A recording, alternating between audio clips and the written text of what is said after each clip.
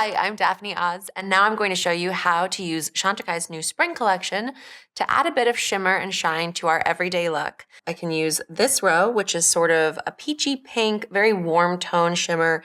There's a blue row, which is great if you want a little bit of a cooler look. And then I really love this purple and magenta combo as well. I'm gonna go with pink today because I started with this very neutral and pink tone eye palette already. Starting first with this sort of shell color over here at the outer corner.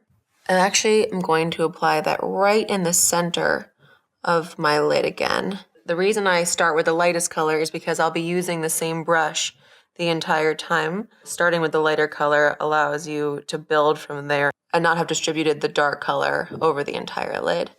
Then I move to this slightly peacher tone. Don't forget to tap off the excess powder. And that's what I'll use to really define the outer bit of my eye here. Again, these colors come off very sheer with just a bit of added shimmer, which is so fun and fresh for spring. And again, doesn't feel like you have to commit to full-on sparkle if you don't feel like it. A shimmery eye and then a more neutral lip is actually a very versatile range and allows you to make an otherwise pretty simple makeup look feel very put together. You can see it pretty quickly turns into this cotton candy lid that it's just fun. It's very youthful. Okay, so now that I have the lid done the way I like it, and you can see how beautifully iridescent that is, and you can build with this too. And this is what I'll use in the inner corner of my eye and blend it into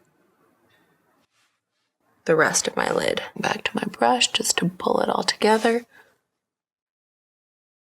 Now that I have this more shimmery lid, I kind of want to do the same for my lip. I love this new lip crystal collection. I'm gonna be using the color Citrine today. And for every one of these sold, a tree is planted to help offset CO2 emissions, help with climate change, and wait till you see how this goes on. So, I mean, I just think it looks like a ruby slipper, which I think is awesome.